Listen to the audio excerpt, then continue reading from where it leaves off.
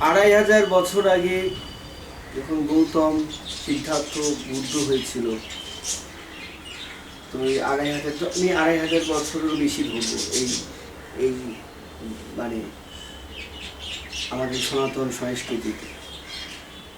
তো আমার একটা জিনিস মাথায় ঢোকে না, কোনো সময় মাথায় ঢোকে না যে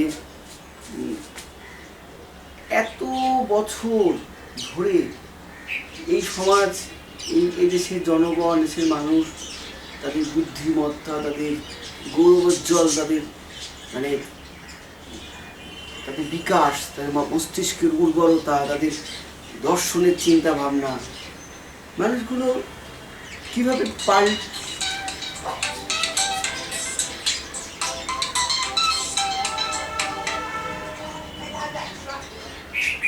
যাই হোক, সেই মানুষগুলো কিভাবে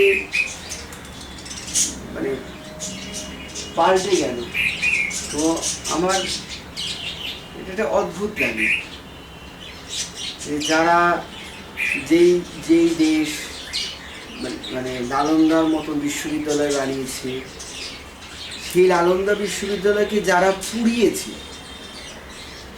মানে কোট আনকোট পুড়িয়েছে, ধ্বংস করছে, তাদের এই যে 3000 মানে 90,000 তাদের মানে লেখা বই পুঁথি পুড়িয়েছে, 6 মাস ধরে পুড়েছে, সেই মানুষগুলো আমাদের উপরে মানে পরাধীনতা করেছে, আমাদেরকে গোলাম বানিয়েছে।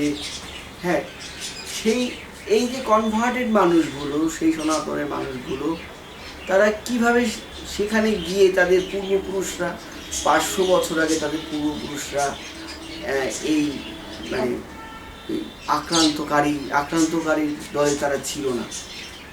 তো এইটা মাথায় ঢোকে না যে তাদের মানে বাংলাদেশের কথা ভাবো না, বারবার এই বাংলাদেশ, তারপরে পাকিস্তান, তারপর আফগানিস্তান, এখানে তো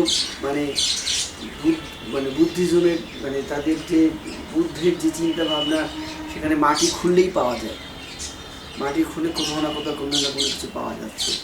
তো সেই সমাজগুলো কীভাবে বদলে গেল আসলে আমার মনে হয় এই যে বেশি দিন নয়, 500 বছর, 300 বছর, 200 বছর আগে এখনও মানুষ মানে তার স্বার্থের জন্য তাদের পুরনো সংস্কৃতি তারা ছেড়ে, আমি দেখছি তো অনেক জায়গা থেকে খ্রিস্টান মিশনারিরা আসছে, এসে তাদেরকে চেঞ্জ করাচ্ছে।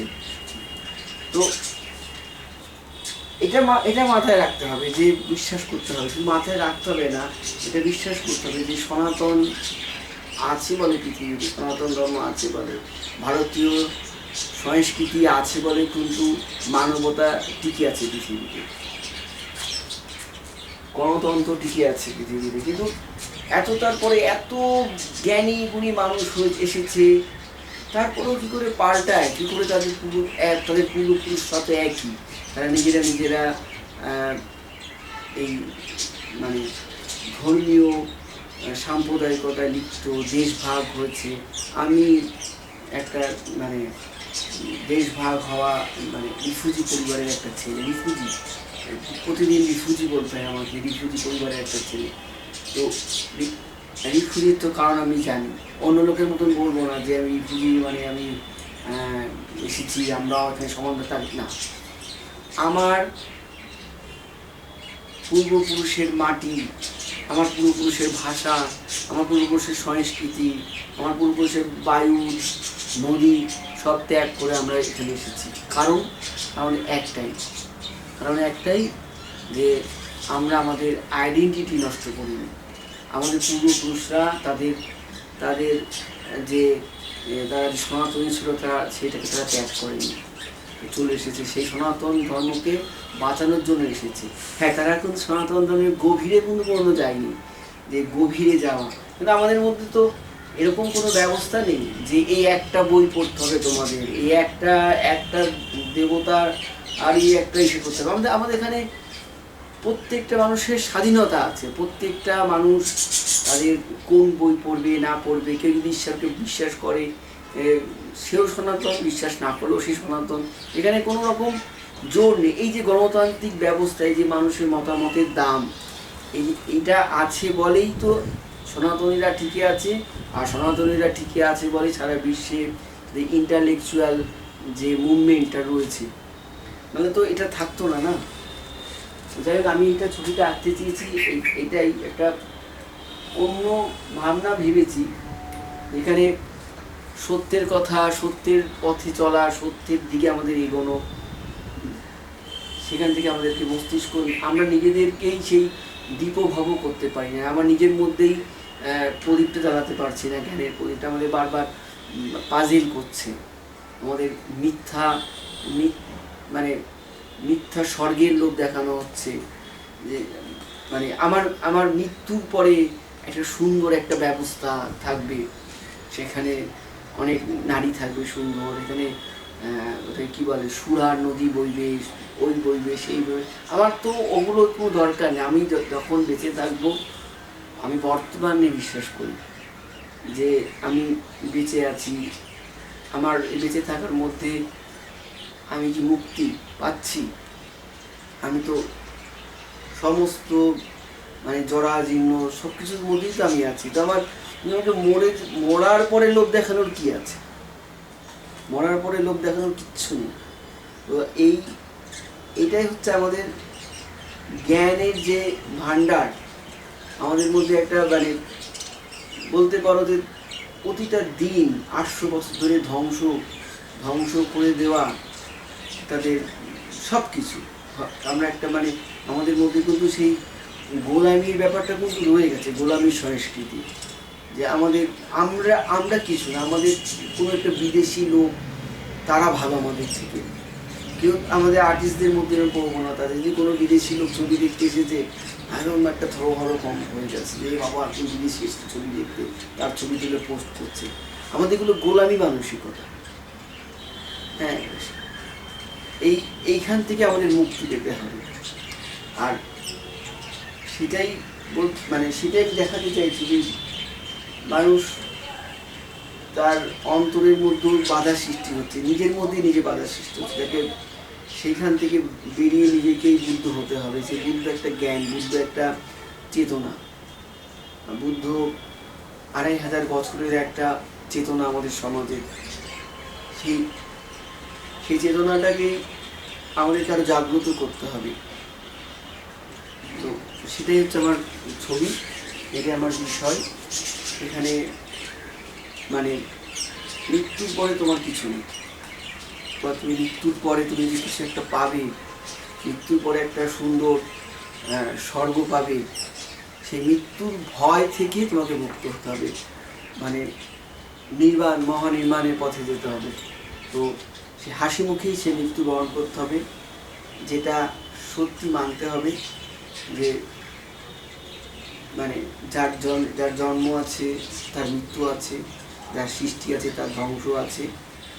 সাময়িক হয়তো আক্রান্তকারীরা বিজয় এসেছে ঠিকই, কিন্তু আক্রান্তকারীরা কি সুখে আছে?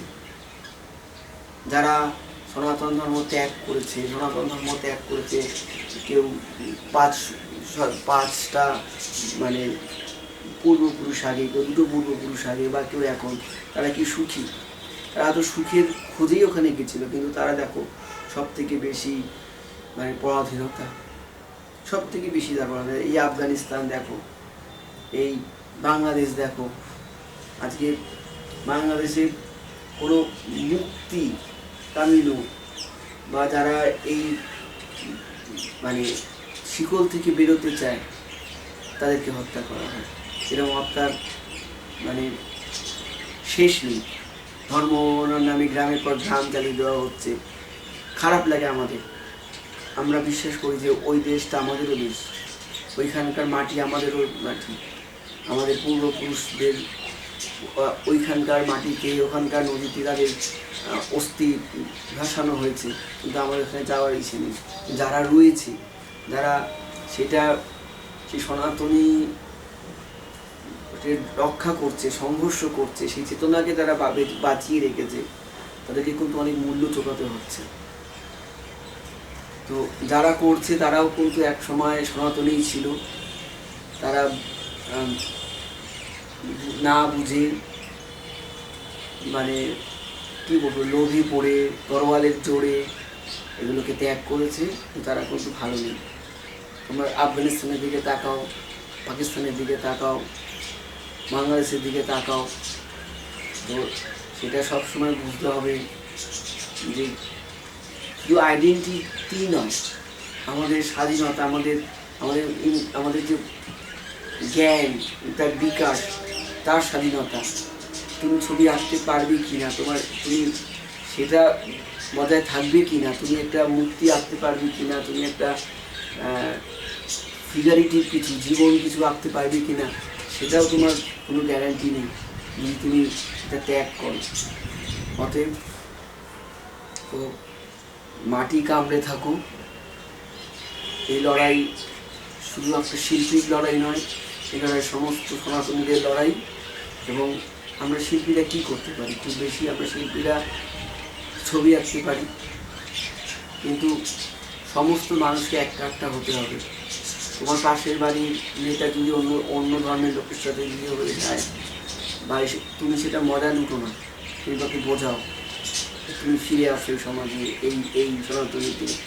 কিন্তু তো কখনো মানে যতক্ষণ তুমি এক কাটটা না থাকবে, বাংলাদেশে যখন 28% মানুষ ছিল, হিন্দুরা ছিল, তারা তখন এক কাটটা ছিল না। অথচ তখন 5% মানুষরা যে এক কাটটা আছে, তাদের আওয়াজ কিন্তু আমেরিকা পর্যন্ত